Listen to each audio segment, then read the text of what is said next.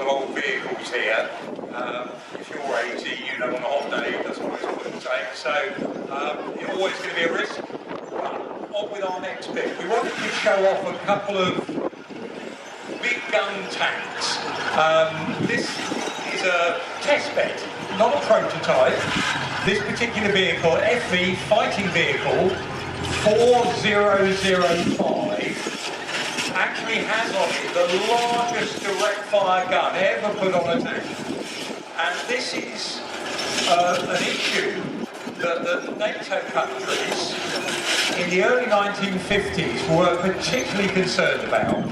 What it was is we've seen those bigger Russian tanks at the end of World War II, the JS2 and 3, and we know the Russians are going to be carrying on that development, building bigger tanks. So we're going to need a bigger gun to knock those vehicles slightly closer. And that starts in the early 1950s, a development program to how can we put a gun as big as this 6.2 inch. It was basically a field howitzer that they converted to go on a tank. What's going to work?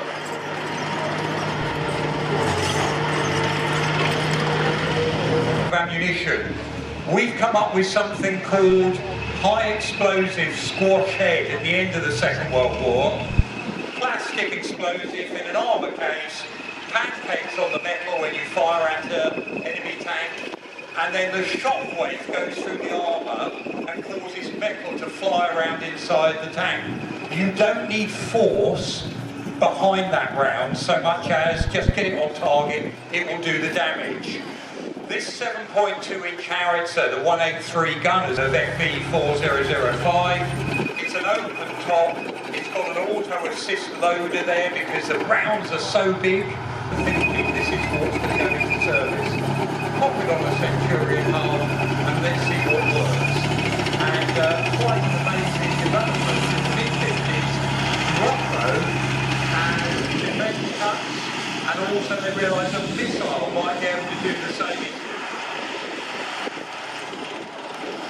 With what the Americans are designing now, the M48 tanks, etc. But this is the big boy to take out the bigger targets.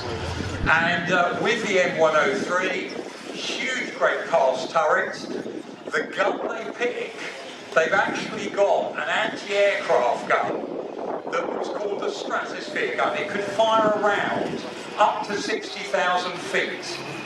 So imagine if you then do that on ground level, it's got a lot of welling behind that very big 120mm round. So the Americans trial that and they put it on this new design that they call the M103 tank. And that again is there to take on those bigger Soviet era tanks. You're not going to have many of them, but there's enough there to supposedly cause a problem. At Newark, Chrysler's chairman, a guy called Keller, gives the project to his eldest son. He takes it forward. The first tanks are ready in 1954. They're put in a storage shed because they don't work. They've used parts from the M48 production and they're just not up to it. 98 changes are needed on this tank before they think it's fit to issue to the troops. Only 300 are made, the American Army has them. They're only in service till 1960 when they're then... That completely makes this 120 here redundant.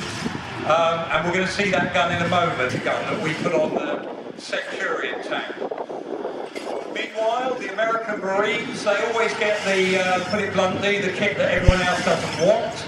They have this tank in service, and that's what they ended up. This is actually in US Marine colours, and we met one of the guys who served on this. We get a lot of people come to the tank museum and say, that's my tank. Actually, he was able to show us his signature inside the turret. The turret has to be that big for the size of the gun and the size of the